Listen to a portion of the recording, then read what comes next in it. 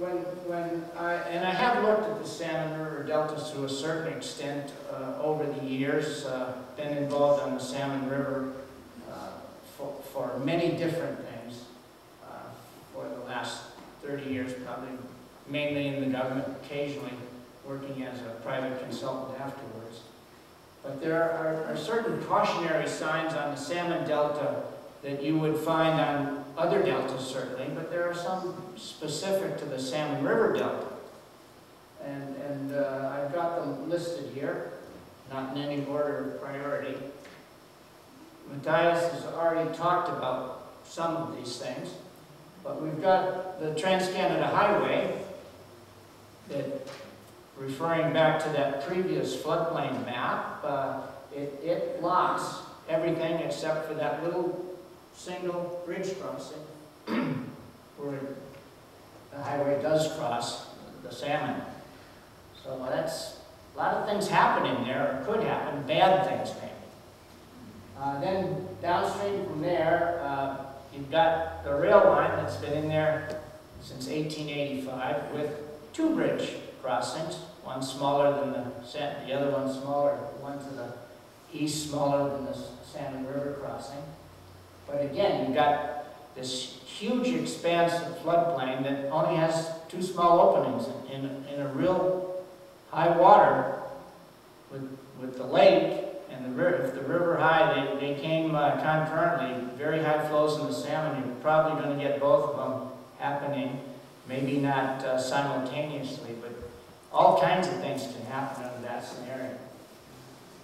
And the third hydraulic effect here is a real biggie, is the Shuswap Lake high water period elevation itself.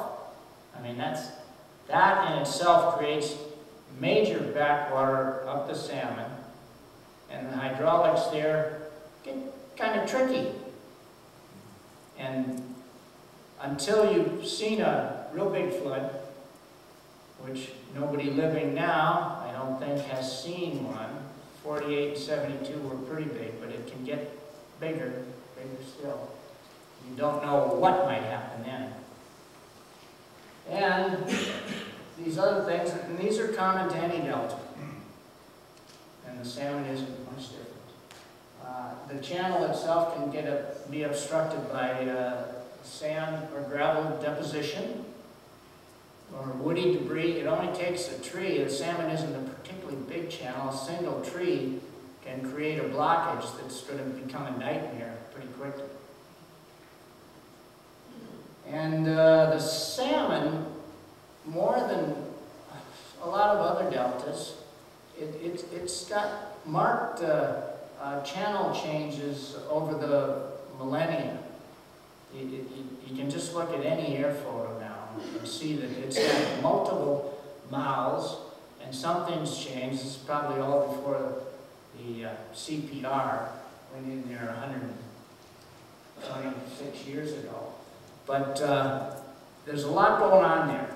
And a lot of these deltas that we look at now, whether it's the Eagle, the salmon, Shuswap River Delta into salmon, into Mara Lake, they all are probably many kilometers long.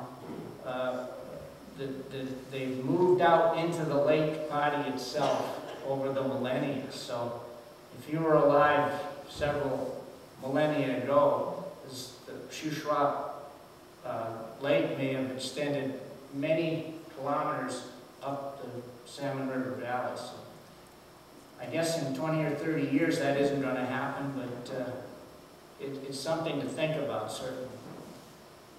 And as Matthias, much more detailed, even though it was preliminary and a quick look at it, the hydrology that was done for the 1990 floodplain mapping may in fact be out of date.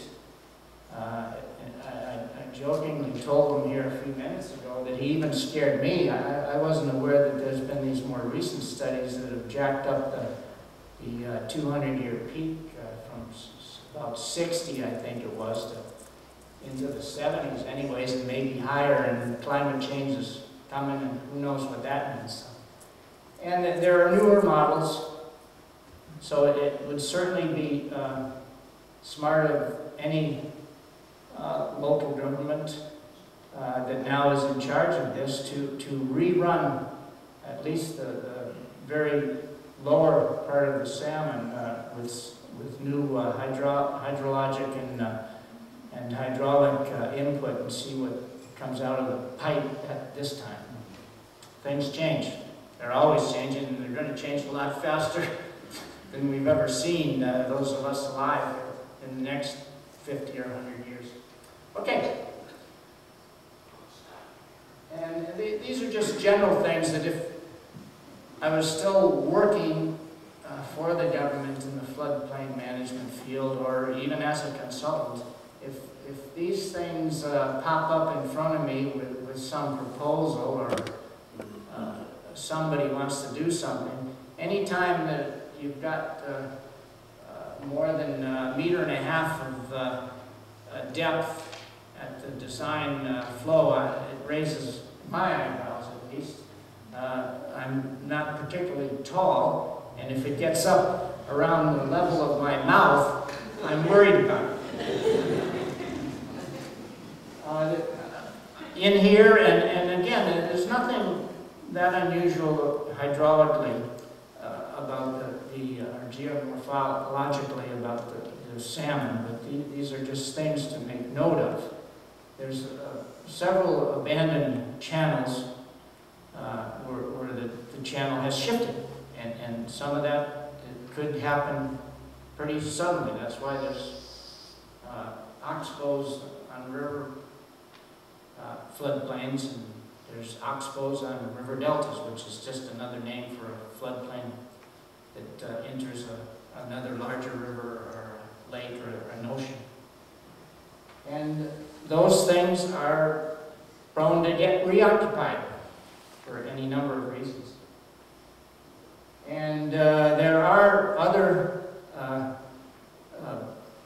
fills or berms, or I was going to say half something dike, but half-baked dikes that are stretched below the Highway 1 embankment, and all those things change the nature of the flow of water across either in the channel or over bank. And again, with these various abandoned channels that are in there, that also enhances the threat of channel avulsions, which is nothing more than a very rapid channel change. The channel of the salmon now, if you got a really big flood, it could reoccupy, the main channel could reoccupy one of those previous abandoned channels. It's hard to ever predict that, but and when it happens, it can happen very suddenly, which is that's the term avulsion, what it means. And some of you, I don't think so, but possibly, may have been around for the 1948 flood, but a lot of you were around for the 1972 flood, and certainly from my more specific knowledge of the 1894 flood versus any of those floods in the city of Kamloops, I just never got over the fact that the Thompson at Kamloops was in the 1894 peak, and it was verified by 5 or 6 high water marks. The lowest of those was a meter or more above the 72 flood, and the highest one, I think, was 1.8 meters. There was some variation in there, but that 1894 flood scared the pants off you if you've got half a brain. And that's the kind of thing that has occurred, and that is what would make someone rather cautious about occupying for whatever reason, other than the garden maybe, some of these river floodplains, or the Salmon River Delta, for example. Okay, there we go. That didn't show up before, did I miss it?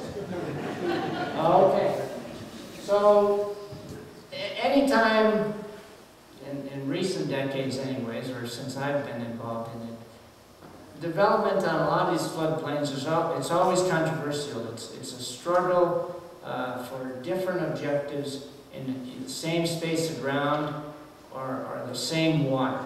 So they're always controversial. And as I mentioned before, the floodplain management program was always a hot political potato. The province wanted local governments to do what they were supposed to do, according to the legislation and regulation. And the local government wanted the province to do a lot more than the regulations and legislation allowed. So that was always back and forth, kicking it back and forth. It depended on the local government. Some of them were good, took the bull by the horns, and some of them didn't really want anything to do with it, because it did upset some people who weren't getting what they wanted. And it's just like the old water rights battles in many respects. If somebody got something that other people were either surprised or didn't think that person who got something, either water or relaxation on a floodplain or whatever, and even before social media and Facebook and all those things now, the word got out. It got out really fast. So if the door was open to crack, pretty soon they'd be kicking the door down. And a fourth point there is, I've always felt that citizen involvement in these kinds of, often, as I say, controversial issues are a good thing. It'll shed light on some issues that may be overlooked. People overlook things. I've overlooked some stuff myself. Some of the floodplain mapping, I've caught some mistakes in it that took a lot of talking and explaining and verifying. But things happen. Floodplain mapping is, as I say, the gold standard, or has been at least, but it can have mistakes in it. We all make mistakes. And the last point is a good one.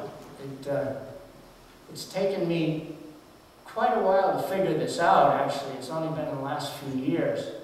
But people can get a better grasp of the value of the environment at stake in an issue, much more so than they do the value of protecting them from a flood. And it's a very simple reason why that is. Because the environment on an active floodplain is affected frequently. You know, people have short memories. But if it happens every 2-3 years, floodplain gets flooded, people see that, oh yeah, this is happening, there's a reason for it. The critters that enjoy that type of thing, whether they be flora or fauna, they can see it. It happens all the time. But if you're trying to save somebody's butt on a scale of 100 years or more, a lot of people won't ever see that sort of flood happen. And you know, a few years go by, they can't even remember the last big flood. So how are they ever going to get affected or thank somebody for putting an obstacle in their way for something that may not happen in their lifetime? So that was quite an eye-opener for me. It took me 60 years to figure that out. Anyways, that is the last slide, so thank you very much.